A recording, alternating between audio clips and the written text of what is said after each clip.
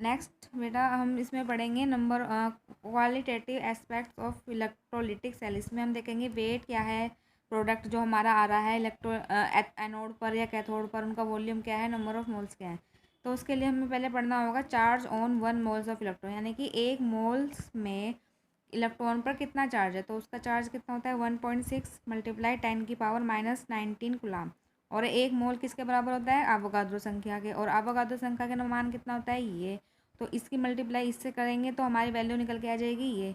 तो ये वाली वैल्यू केमिकल साइंस में, केमिकल डिपार्टमेंट में मानी है कि ये इक्वल टू होगी इस वैल्यू के, नंबर ऑफ एक मोल्स की वैल्यू निकल के आ जाएगी ये गुलाम। अब हम इसमें पढ़ेंगे सबसे पहले फ्राडेज का लॉ।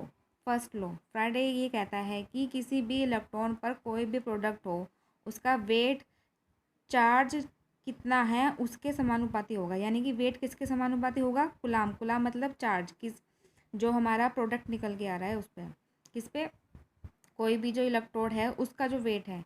तो और गुलाम क्या है, ये क्या है हमारा, क्या वो हमारा इक्वल टू हो जाएगा I मल्टीप्लाई टी, यानी कि ये क्या है, करंट फ्लो इन सर्किट, और टी मतलब टाइम।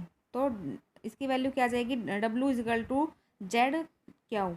जेड क्या है यहाँ पे, Z is equal to Q upon W upon क्या हो जाएगा। तो जेड क्या है यहाँ पे, केमिकल इक्विवेलेंट कांस्टेंट है। ये अभी आगे हम डिस्कस करेंगे, इसकी वैल्यू निकालेंगे।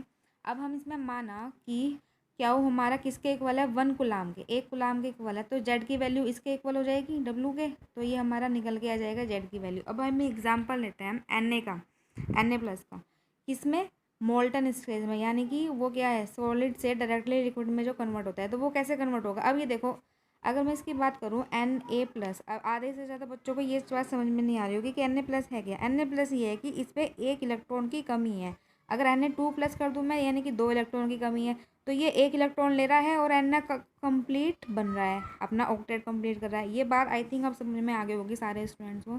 तो ये क्या हो रहा है, इसका रिडक्शन हो रहा है। रिडक्शन का मतलब गेन ऑफ इलेक्ट्रॉन, यानी कि 1 इलेक्ट्रॉन को जो वो लेता है वो इसका रिडक्शन होता है, अपचयन होता है। 1 इलेक्ट्रॉन लेना और हाइड्रोजन का निकालना, रिडक्शन होता है। ये मैंने 11वीं क्लास में बहुत अच्छे से ये वाला चैप्टर समझाया था सबको।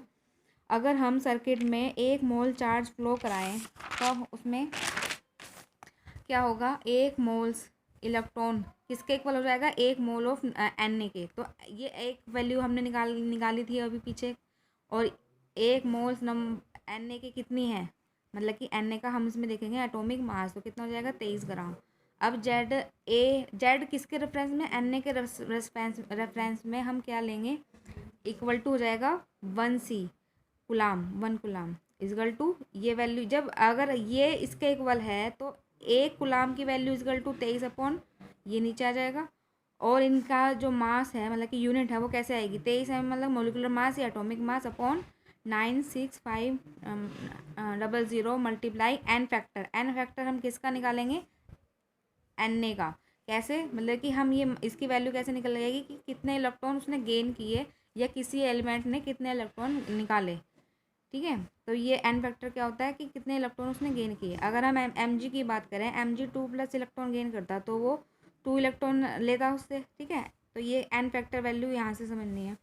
अब इसके बाद W इजगल टू ये वैल्यू हम पुट करेंगे उसमें, W is equal to molecular mass multiply ये जो हमारा आया था, कहाँ गया, I मल्टीप्लाई T अपॉन ये वैल्यू आ जाएगी पूरी यहाँ पे एन फैक्टर। ये जो मोलिकुलर मास हमने रखा है, ये सर्किट फ्लो, ये क्या है हमारा, करंट फ्लो इन सर्किट, ये निकल के आ गया वेट ऑफ प्रोडक्ट। इस फॉर्मूले से हम वेट ऑफ प्रोडक्ट निकाल सकते हैं। अब जो mm अपॉन NF है ये वाला, ये किसके इक्वल हो जाएगा, इक्विवेलेंट मास के, इक्विवेलेंट मास के। तो ये हम यहाँ रख देंगे इसकी वैल्यू पुट करके। अब क्या हो जाएगा कि ये इसके नीचे लेंगे, molecular mass is equal to I multiply CT upon 96500 N multiply N factor. अब ये क्या है हमारा, ये हम पहले ही निकाले थे सॉल्यूशन वाले चैप्टर में, नंबर ऑफ मोल्स। अगर हमें नंबर ऑफ मोल्स निकालने हैं कोई, तो उस फॉर्मूले से हम ऐसे निकाल सकते हैं।